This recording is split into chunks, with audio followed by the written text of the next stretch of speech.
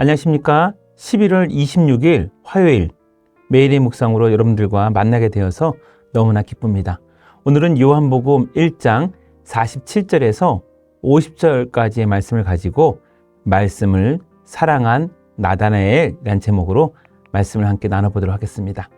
47절부터 50절까지 함께 봉독하겠습니다. 예수께서 나다나엘이 자기에게 오는 것을 보시고 그를 가리켜 이르시되 보라, 이는 참으로 이스라엘 사람이라. 그 속에 간사한 것이 없도다. 나다나엘이 이르되 어떻게 나를 아시나이까? 예수께서 대답하여 이르시되 빌립이 너를 부르기 전에 내가 무화과 나무 아래에 있을 때에 보았노라. 나다나엘이 대답하되 랍비여, 당신은 하나님의 아들이시요 당신은 이스라엘의 임금이로소이다. 예수께서 대답하여 이르시되 내가 너를 무화과 나무 아래에서 보았다 하므로 믿느냐? 이보다 더 큰 일을 보리라. 아멘. 병아리 이야기를 잠시 하고 싶습니다. 저는 초등학교라는 단어를 초등학교 졸업하고 사용했습니다. 저는 국민학교라는 단어를 사용할 때 다녔기 때문입니다. 라떼 시절이죠. 초등학교 시절 봄날이 되면 병아리들을 할아버지 되시는 분들이 학교 앞에서 쭉 펴놓고 팔고는 했습니다. 얼마나 귀여운지요. 여러 병아리들 중에 한 마리는 저쪽에서 따뜻한 봄날의 햇살을 맞으며 꾸벅꾸벅 졸고는 했답니다. 오늘 나다나엘의 나이는 모르겠지만 영적인 날씨는 따뜻한 봄날을 맞이한 병아리 날씨 같습니다. 저쪽에서 나름대로 음식이 아닌 것을 구분하지 못한 채 꾸벅꾸벅 졸다가 앞에 있는 배추를 쫓는 그런 분위기로 여겨집니다. 주님이 저쪽에서 영적으로 졸고 있는 나다나엘을 봅니다. 울타리 밖에 병아리들도 품으시는 하나님을 한번 볼까요? 주님께서 나다나엘을 만나자 곧바로 참으로 이스라엘 사람이라고 알아봅니다. 이것은 주님이 빌립이 너를 부르기 전에 내가 무화과 나무 아래에 있을 때 보았노라에서 드러납니다. 이는 그냥 하신 말씀이 아닐 것입니다. 약한 병아리를 이쁘게 쓰다듬듯이 굉장히 사려 깊고 의미 있는 말입니다. 당시 이스라엘 큰 도시에서는 성경을 공부하려고 모이는 회당이 있었답니다. 그런데 작은 시골에서는 그런 회당이 없었다는 것이지요. 그래서 주로 무화과 나무 아래에 모여 성경을 공부하거나 토론하곤 했답니다. 때로는 사람이 없으면 혼자서 묵상하는 시간을 갖는 경우가 많았다고 합니다. 나다나엘은 무화과 나무 아래에서 말씀을 묵상하고 있었을 것입니다. 그리고 성경을 안내해 줄 사람이 필요한 것이었습니다. 그런데 그 성경을 저작한 하나님을, 예수님을 지금 만난 것입니다. 바로 저자 직강의 만남입니다.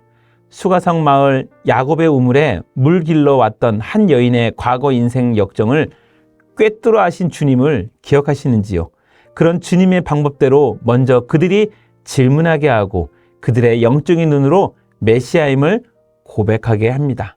그 주님이 메시아를 기다리는 나다나엘을 보신 것입니다. 무화과 나무 아래 영적인 병아리 같은 나다나엘을 보신 것입니다. 그래서 주님은 나다나엘을 곧바로 참 이스라엘 사람이라고 알아보신 것입니다. 참 이스라엘 사람이란 거짓이 없고 순수하고 진실하다라는 칭찬입니다.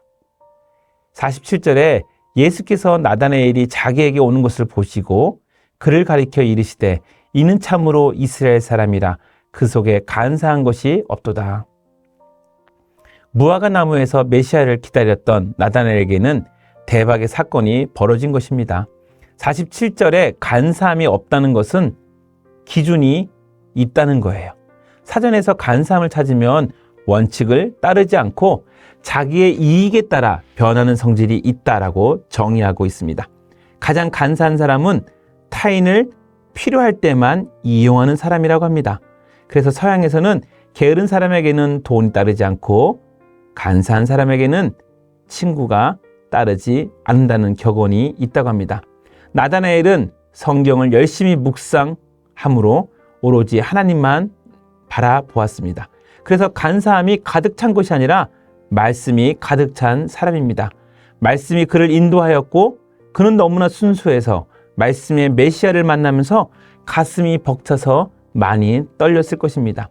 49절에 나다나엘이 대답하되 라삐여 당신은 하나님의 아들이시요 당신은 이스라엘의 임금이로소이다. 신학교 때 말씀 따라 이단에서 나온 전도사님이 교제한 적이 있습니다.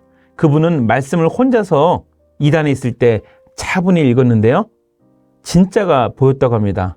아, 그래서야 예수님이구나. 그리고 제가 다니고 있던 신학교로 오게 되었다는 것입니다. 바로 진리를 찾아서 오게 된 것이지요. 말씀은 우리가 생각한 것보다 더 예리하고 악한 영들에게는 위험한 대상입니다.